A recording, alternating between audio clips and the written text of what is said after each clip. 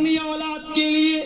حلال و حرام کو بھول جانے والوں، کل جب تم مر جاؤ گے یہ اولاد تمہارے کام نہیں آئے گی، بہت کرے گی، باپ کے مرنے پر آنسو بہائے گی، تکلیف کا اظہار کرے گی، دکھڑا روئے گی، اپنے باپ کو کفنائے گی، دفنائے گی، قبرستان لے کر کے جائے گی، قبر میں ڈالے گی، اس کے بعد آپ کی اولاد بھی مٹی دے کر کے چلی آئے گی۔ آپ کے وہ دوست جو دنیا میں آپ کے جگری دوست کہلاتے تھے،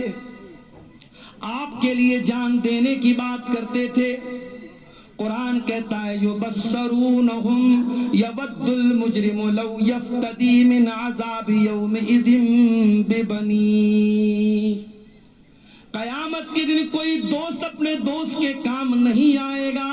انسان اپنی اولاد کو دیکھ کر کے بھاگے گا، وصاحبتہ واخی، اپنی بیوی کو دیکھ کر کے بھاگے گا، اپنے بھائی کو دیکھ کر کے بھاگے گا، وفصیلتہ التی تؤوی، اپنے خاندان کو دیکھ کر کے بھاگے گا، کوئی کسی کا پرسان حال نہیں۔ یہی دنیا کی حقیقت ہے میرے پیارے ساتھیوں، وَمَا الْحَيَاةُ الدُّنْيَا إِلَّا مَتَاعُ الْغُرُورِ، دنیا دھوکے کا سامان ہے۔ اے اپنی طاقت پہ ناز کرنے والو، جس دن موت کا فرشتہ آئے گا ساری طاقت دھری کی دھری رہ جائے گی، موت کا کوئی علاج آپ کے پاس نہیں، موت کا کوئی جواب آپ کے پاس نہیں ہے۔ موت کا فرشتہ آ جائے گا، آپ کتنے دماغ والے ہیں، کتنے جینیس ہیں، کتنے بدھیمان ہیں، کتنے چتر ہیں، کتنے پڑھے لکھے ہیں، موت کو اس سے کوئی مطلب نہیں ہے۔ موت آئے گی اور آپ کا کام ختم کر کے چلی جائے گی، ساری دولت آپ کے بیٹوں کی ہو جائے گی، بچوں کی ہو جائے گی، بیوی کی ہو جائے گی، مکان دوسروں کے نام ہو جائے گا، زمین و جائیداد دوسروں کے نام ہو جائے گی۔ باتھ روم میں ایک ایک گھنٹے جا کر کے نہانے والوں، فلاں کمپنی کا شیمپو لگا کر کے، فلاں کمپنی کا صابن لگا کر کے نہانے والوں، چہرے کو فیس واش سے دھلنے والوں، باڈی کو باڈی واش سے دھلنے والوں، کل ایک دن ایسا بھی آئے گا جب تم موت کو گلے لگا لو گے اور مرنے کے بعد اتنے بے بس اور کمزور ہو جاؤ گے کہ تم اپنے بدن سے اپنا کپڑا بھی اتارنے کی طاقت نہیں رکھو گے۔ کینچی لائی جائے گی، تمہارے کرتے کو کینچی سے کاٹا جائے گا، تمہاری بنیان کو کینچی سے کاٹ کر کے تمہارے بدن سے الگ کیا جائے گا۔ جو باتھ روم میں ایک ایک گھنٹے جا کر کے نہایا کرتا تھا، آج اس کو تختے پر لٹا کر کے نہلایا جا رہا ہے، گرم پانی کیا گیا، بیر کی پتیاں ڈالی گئیں، مردے کو نہلایا جا رہا ہے۔ مردہ یہ بھی نہیں کہہ سکتا میں تو ڈب صابن سے نہایا کرتا تھا، میں تو لائف بوائے سے نہایا کرتا تھا، وہ کون سے صابن سے نہاتا تھا، کون سے شیمپو سے نہاتا تھا، آج کوئی پوچھنے والا نہیں ہے، آج دوسرے لوگ اس کو نہلا رہے ہیں۔ نہلا دیا گیا، بدن کو پوچھ کر کے 3 سوتی چادروں میں، 3 کاٹن کی چادروں میں کفنا دیا گیا، گھر والوں کو روتا بلکتا چھوڑ کر جنازے کی چارپائی میں میت کو ڈالا گیا، میت کو قبرستان لے کے جایا جا رہا ہے، رشتہ دار میت کی چارپائی کو کاندھا دے رہے ہیں، بیٹا کاندھا دے رہا ہے، پوتا کاندھا دے رہا ہے، بھتیجا کاندھا دے رہا ہے، بھانجا کاندھا دے رہا ہے۔ جو اپنی اسکارپیو سے، اپنی فارچونر سے گاؤں گاؤں نگر نگر گھوما کرتا تھا، آج 4 لوگوں کے کندھے پر سوار ہو کر کے اس کی چارپائی قبرستان جا رہی ہے، قبرستان جا رہی ہے۔ قبرستان پہنچ گیا، قبر تیار ہے، قبر میں میت کو اتارا جا رہا ہے۔ ہائے ہائے، جو اپنے کمرے میں بھی کبھی 0 واٹ کا بلب بند کر کے اندھیرے میں نہیں سویا تھا، آج قبر میں کوئی لیمپ نہیں، کوئی لائٹ نہیں، کوئی روشنی نہیں، قبر میں اس کو ڈالا جا رہا ہے۔ اس میں زہریلے جانور بھی آ سکتے ہیں، اس میں سانپ اور بچھو بھی آ سکتے ہیں، اس قبر کے اندر اس کو اتارا جا رہا ہے۔ قبر میں اتارا گیا،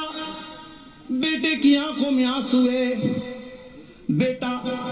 اپنے باپ سے بہت محبت کرتا ہے مگر بیٹا اپنے باپ کی قبر میں جانے کو تیار نہیں ہے۔ بیوی اپنے شوہر سے بہت محبت کرتی ہے، 4 مہینہ 10 دن تک بیوی عدت گزارے گی،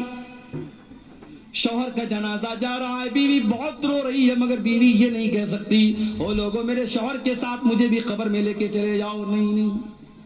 وہاں نہ بیوی کام آئے گی، نہ بچے کام آئیں گے، نہ دولت کام آئے گی، وہاں آپ کا ایمان کام آئے گا، وہاں آپ کا عمل کام آئے گا۔ اللہ کے نبی فرماتے ہیں جب انسان کو موت آتی ہے 3 چیزیں اس کے پیچھے پیچھے جاتی ہیں، مال جاتا ہے، اولاد جاتا ہے، اولاد جاتی ہے، عمل جاتا ہے، مرتے ہی مال اپنا رشتہ توڑ دیتا ہے، جیسے ہی سانس کی ڈور تھم گئی، جیسے ہی دل کی دھڑکن رک گئی، مال نے رشتہ توڑ دیا، مال دوسروں کا ہو گیا۔ اولاد قبر تک ساتھ دیتی ہے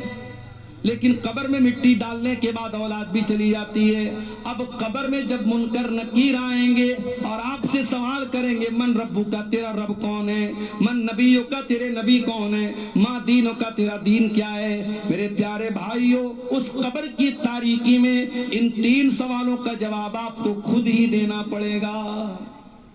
خود ہی دینا پڑے گا۔ میرے نوجوانوں یہ ہیرو گیری چھوڑ دو، یہ سڑکوں پر تماشے لگانا چھوڑ دو، یہ لڑکیوں کو چھیڑنا چھوڑ دو، یہ بے غیرتی اور بے حیائی چھوڑ دو۔ قبر میں آپ کو آپ کی نیکیاں کام آئیں گی اور آپ کے گناہ سزا کا سبب بنیں گے۔ میرے پیارے ساتھی، وَمَا الْحَيَاةُ الدُّنْيَا إِلَّا مَتَاعُ الْغُرُورِ، قرآن کہتا ہے یہ دنیا تو دھوکے کا سامان ہے، یہ دنیا دیکھنے میں بہت بڑی لگ رہی ہے مگر آخرت میں اس دنیا کی کوئی حیثیت نہیں ہوگی۔ اللہ کے نبی اداہرن دیتے ہیں، مثال دیتے ہیں، ایگزامپل دیتے ہیں۔ ایک آدمی کو لایا جائے گا قیامت کے دن،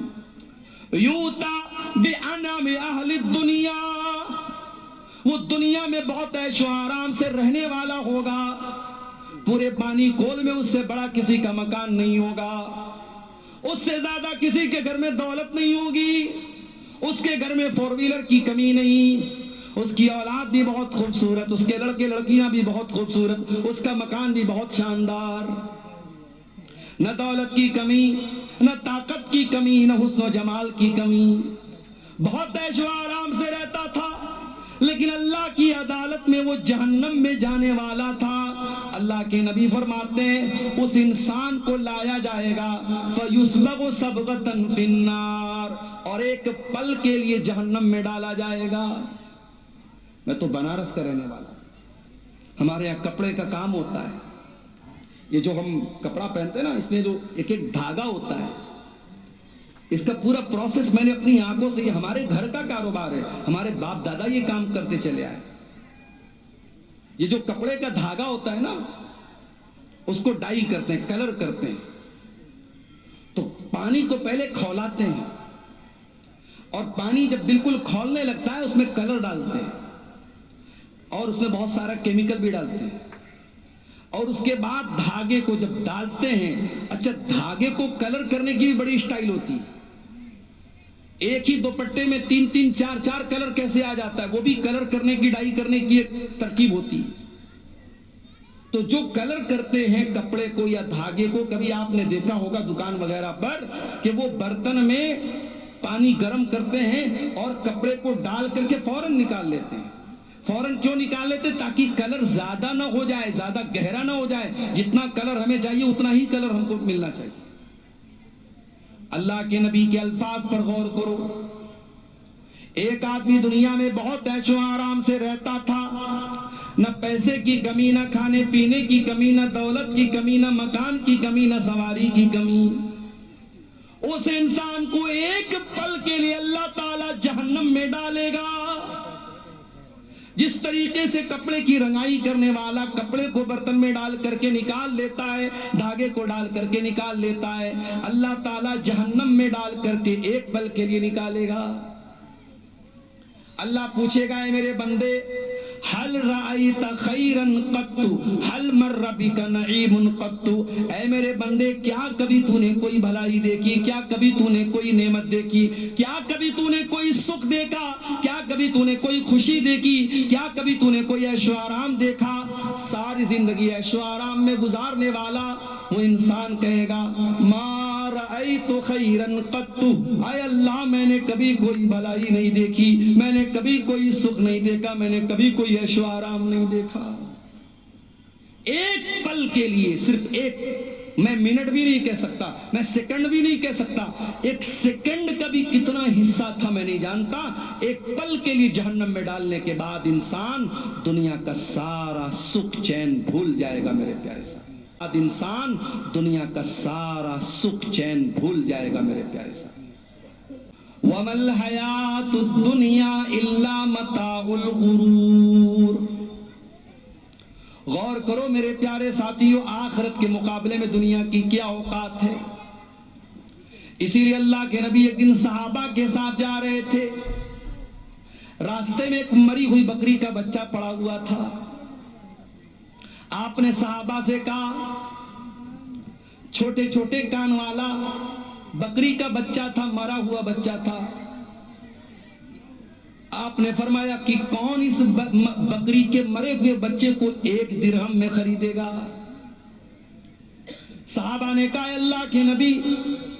یہ تو ویسے بھی چھوٹے چھوٹے کان والا عیبدار ہے اور مرا ہوا ہے،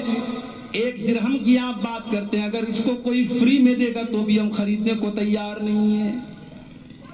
کیا جواب دیا جناب محمد رسول اللہ نے؟ ذرا غور سے سننا میرے پیارے ساتھیوں، آپ نے فرمایا لَلدُّنْيَا أَحْوَنُ عَلَى اللَّهِ مِنْ ذَلِكَ، اے میرے صحابہ اس مرے ہوئے بکری کے بچے سے بھی زیادہ یہ دنیا اللہ کی نظر میں حقیر ہے۔ اللہ کی نظر میں اس مرے ہوئے بکری کے بچے کی جو ویلو تمہاری نظر میں ہے اس سے زیادہ ویلو دنیا کی اللہ کی نظر میں نہیں ہے۔ اور ہم اور آپ دنیا کے لیے مرے جا رہے ہیں، ہائے دنیا، ہائے دنیا، دنیا کی عورت، دنیا کی دولت، دنیا کی طاقت، دنیا کا نشہ، دنیا ہم کو برباد کی ہوئی ہے میرے پیارے ساتھ۔ حضرت عمر کے پوتے کو دیکھو، سالم بن عبداللہ نام تھا، حرم میں طواف کرنے کے لیے جا رہے ہیں۔ اس دور کا بادشاہ جس کا نام ہشام بن عبد الملک تھا،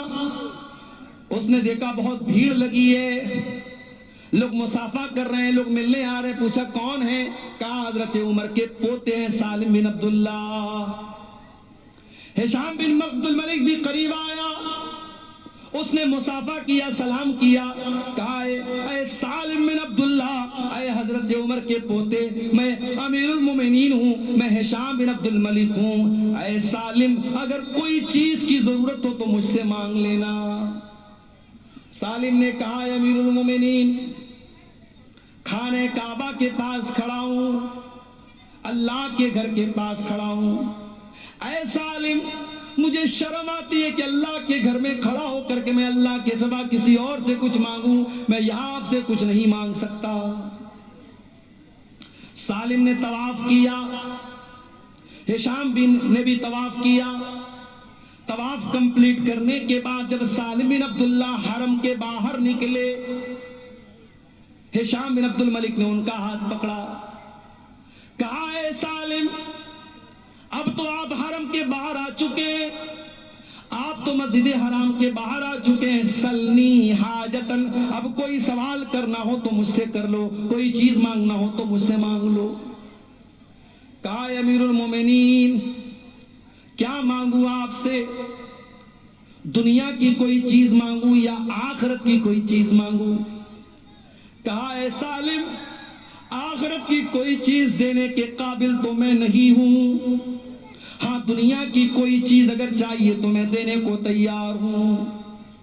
کہا اے امیر المومنین ما سالت الدنیا ممن یملکها فکیف اسألها ممن لا یملکها، اے امیر المومنین ہشام بن عبد الملک میں نے تو دنیا کا سوال اس ذات سے بھی نہیں کیا جو دنیا کی مالک ہے، میں نے تو اللہ سے بھی دنیا کا کوئی سوال نہیں کیا، میں نے دنیا کی کوئی چیز اللہ سے بھی نہیں مانگی، میں اس سے کیوں دنیا مانگوں جو دنیا کا مالک بھی نہیں ہے؟ جو دنیا کا مالک ہے اللہ تبارک و تعالیٰ، میں نے تو دنیا اس سے بھی نہیں مانگی ہے۔ اے ہشام بن عبد الملک، میں آپ سے دنیا کیوں مانگوں؟ آپ تو دنیا کے مالک بھی نہیں ہیں۔ میرے پیارے ساتھیوں، یہ حضرت عمر کے پوتے کی سوچ ہے، یہ سالم بن عبداللہ کی سوچ ہے۔ اور آگے بڑھیے، ہارون رشید کا دور ہے۔ ہارون رشید کے دور میں ایک بہت بڑے عالم تھے جن کا نام ابن سماک تھا۔ ایک مرتبہ ہارون رشید ابن سماک سے ملنے کے لیے آیا۔ اس دور کے جو علماء ہوتے تھے وہ درباری نہیں ہوتے تھے، بادشاہ کی چاپلوسی نہیں کرتے تھے، بادشاہ کا چپل نہیں اٹھاتے تھے۔ آج آپ دیکھ لو، حکومت کوئی فیصلہ کرتی ہے تو حکومت کے جو چمچے ہیں وہ حکومت کی تعریفوں کے پل باندھتے ہیں کہ بہت اچھا فیصلہ کیا۔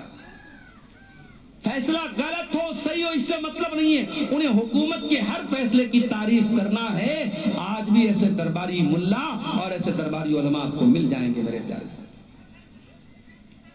ابن سماک بہت اللہ والے بندے تھے۔ ہارون رشید ملنے کے لیے آیا، انہوں نے ہارون رشید کو کوئی پروٹوکول نہیں دیا، کوئی سمان نہیں دیا۔ ہارون رشید نے کہا، ابن سماک آپ اس دور کے بہت بڑے عالم ہیں، مجھے کچھ نصیحت کر دیجئے، مجھے کچھ سمجھا دیجئے، مجھے پیار سے کچھ باتیں بتا دیجئے۔ ابن سماک نے کہا، امیر المومنین میں 2 سوال آپ سے کرنا چاہتا ہوں۔ پہلا سوال یہ ہے، مان لیجئے آپ صحرا میں ہیں، ریگستان میں ہیں اور بہت زور کی آپ کو پیاس لگی ہے، اتنی تیز پیاس لگی ہے کہ پانی نہیں ملا تو آپ مر جائیں گے۔ اتنے میں ایک انسان آپ کو صحرا میں نظر آتا ہے، اس کے ہاتھ میں ایک کٹورا پانی ہے،